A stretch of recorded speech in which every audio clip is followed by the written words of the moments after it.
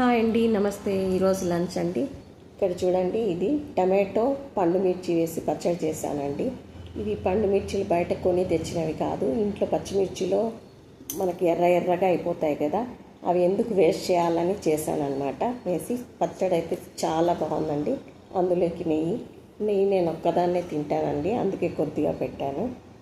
ఇది చూడండి, వీటిని మేము మట్టికాయలు అంటామన్నమాట.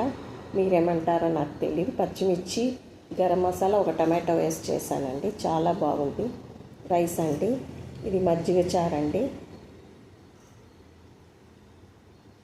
లాస్ట్ పెరుగండి. ఇంతేనండి ఈరోజు. ఇప్పుడు మజ్జిగ చారు ఎలా చేయాలో చూపిస్తానండి. ముందుగా కడాయి పెట్టుకొని 1 టేబుల్ స్పూన్ ఆయిల్ వేసుకొని అందులో పోపు దినుసులు వేసుకున్నానండి. తర్వాత కట్ చేసి పెట్టుకున్న చిన్న అల్లం ముక్క వేసుకున్నానండి. తర్వాత ఎండుమిర్చి, కొద్దిగా పచ్చికారం అండి. ఇది మట్టికాయలోకి కొట్టి పెట్టుకున్నాను అనమాట, అది కొద్దిగా తీసి పెట్టాను.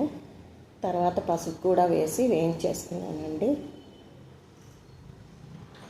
తర్వాత కరివేపాకు, ఆనియన్స్ కూడా వేసి, కొద్దిగా ఎక్కువ వేయించకూడదండి. ఆనియన్స్ పచ్చిగానే ఉండాలన్నమాట. ఆనియన్స్ వేసిన వెంటనే మజ్జిగ వేసుకోవాలి. ఎక్కువ వేస్తే అవి ఉడికిపోయినట్లు అయిపోతాయి. నేను మజ్జిగ ఆల్రెడీ చిలికి పెట్టుకున్నానండి. తీసి ఇందులోకి వేసేసుకుందాం.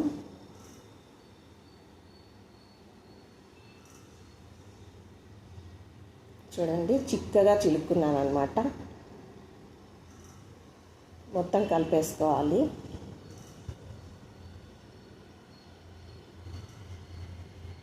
నేను ఫాస్ట్గా చేసేస్తున్నానండి వీడియో. పని ఉంది ఈరోజు చాలా, అందుకని. చూడండి, మొత్తం కలిపేసుకున్నాను. లాస్ట్ కొత్తిమీర చల్లేసుకున్నామండి. స్టవ్ ఆన్లో పెట్టకూడదండి. మజ్జిగ వేసిన తర్వాత విరిగిపోతుంది.